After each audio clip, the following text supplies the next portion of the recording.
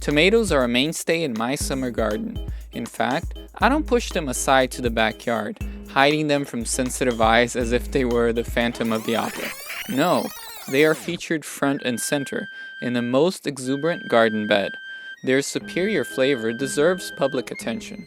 This time, I'll share with you a few tips to keep your tomatoes looking the best while producing delicious fruit. And later, I'll show you my bountiful harvest and some difficulties raising these salad protagonists. You will not want to miss it.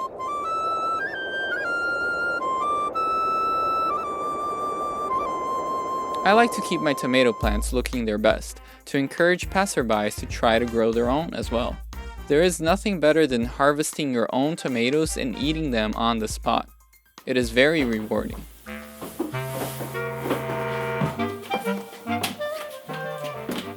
And that's why during winter, when it's virtually impossible to find homegrown tomatoes, I just don't eat tomatoes.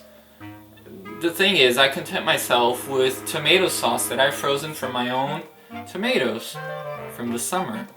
It's just that once you try vine-ripened homegrown tomatoes, the flavor cannot compare to the industrial type that you buy at stores. So why even bother? But tomato plants are known to be gangly vines that can look like a mess. Lower leaves are often less than perfect. If you venture to grow them in your own front yard, you may become the talk of the town. But I don't care.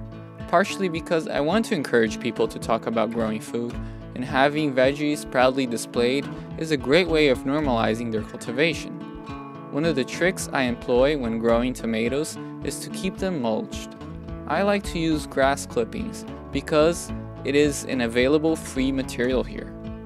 Dried grass clippings are even better because fresh ones tend to form dense clumps that support rotting and prevent good airflow to the roots. There are several advantages to mulching. It will conserve moisture by keeping the soil cooler and more humid. It also becomes plant food as it is broken down by soil microorganisms. Adding a thin layer of grass clippings every few weeks during the growing season will ensure your tomatoes get a boost of nitrogen that keeps them green and sturdy. You might also want to use comfrey leaves that are rich in potassium. Tomatoes need potassium to produce abundantly. Too much nitrogen can make them grow beautiful leaves but produce less fruit. I have not tried growing comfrey yet, but it is something I plan to do in the future. To take my garden bed from ordinary to exuberant, I interplant flowers amongst the tomato plants. This adds color to an otherwise drab bed, making it look more artistic and less utilitarian. Planting shorter flowers like marigolds in the front edge helps hide the tomatoes' ugly feet. In Brazil, when something is beautiful but has some minor detail that's ugly, we say that it's just like a peacock that has ugly feet. So just like the tomatoes, they have ugly feet, so why not cover them with something beautiful like flowers? Also, it is a good thing to keep tomato leaves from touching the ground to prevent certain soil-borne fungal diseases from getting into contact with the plant. Mulch also helps prevent the spread of blight in tomatoes. Mulching is essential to keep a tomato patch looking its best. Adding tall zinnias amongst the tomatoes brings up color and drama to the bed, and the two plants really get along well. If you plant zinnias directly from seed in the same time you plant your tomato seedlings, they should grow well together, and you'll get a beautiful display for weeks to come, accompanied by delicious food.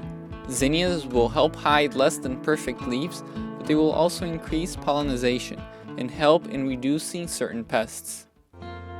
Coming up in the next block, I will share with you how the harvest went, as well as how the entire bed fared during the rest of the growing season, right after this message.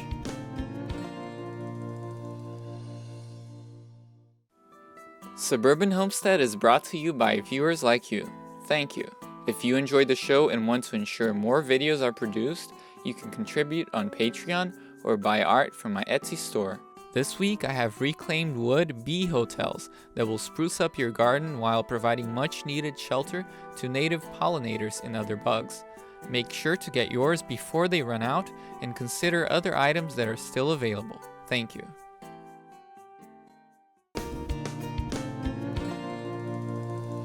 In late summer, the garden was exploding with growth. The tomato plants had reached high, climbing to their tutors, supported by beautiful zinnia blooms. There were ripening fruit hanging in the lower canopy, waiting to be picked. I had planted several types of heirloom tomatoes. I prefer to grow heirloom varieties because they are the ones that pack in the most flavor. While they may produce much less than hybrid, high-yielding varieties, just having one bite of a perfectly ripe black crim or brandywine tomato will make you value quality over quantity. They are also known to be less pest and disease resistant, so it may be tougher growing them in certain climates. Overall, my planting scheme was turning out to be a success. Harvesting delicious produce accompanied by fluttering butterflies and bumbling bees is a privilege in and of itself. The zinnias and marigolds were doing their duty of attracting pollinators, all the while hiding the more unsightly parts of the tomato vines. Form and function, that is true design. Of course, finding the fruit in my bed turned out to be a bit of a challenge. I had to squeeze my way into the bushes to find the ripened orbs. Nothing too taxing though. I would liken it more to finding hidden treasures. It also keeps me flexible. A basket filled with a spectrum of colors and flavors is a gift given to those willing to take a chance and plant a few seeds. It is a true blessing. Not to mention these heirloom organic tomatoes would sell for more than $5.99 a pound. I felt rich. The garden continued to grow and produce and change as the season started to wind down. I only had to water the tomatoes on occasion, when rain failed to fall for more than a week and the late summer sun castigated the crops.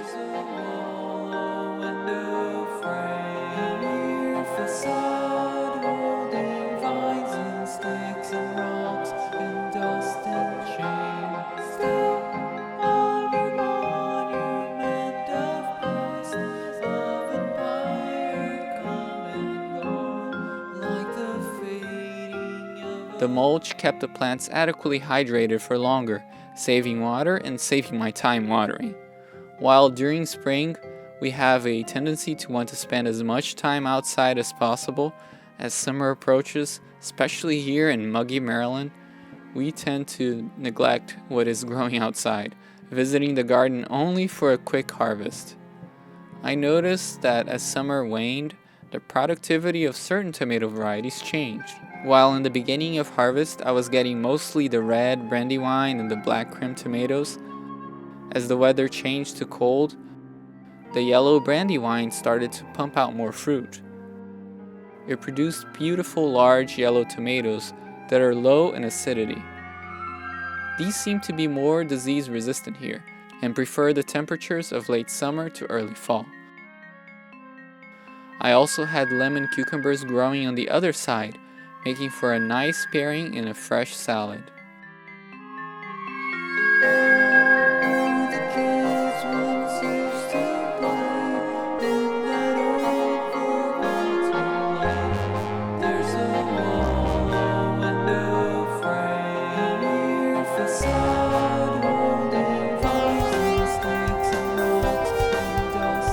A few weeks later, even as some of the tomatoes started to succumb to blight, the zinnias were pumping out flower after flower, picking up ground where tomato had given up. At this point, the bed looked more like a bed of zinnias. They had signs of aging, but were still glorious. Hidden in the back by scraggly vines were some ripening yellow tomatoes. Overall, I had a continuous supply of tomatoes all summer and fall, with a diversity of colors and flavors. The plants were showing signs of stress at this point, with only a couple of weeks to go before cold winter snaps would decimate them. There were still several green fruit on the vine waiting to ripen. They were not as large as the ones that had grown during the summer, but were still respectable in size. The older leaves had signs of disease, and many had shriveled up, but there were a lot of new growth flopping down and green and vigorous as ever, churning out flowers thinking that winter would never come. It had been a great year for tomatoes. If it were up to them, they would live on.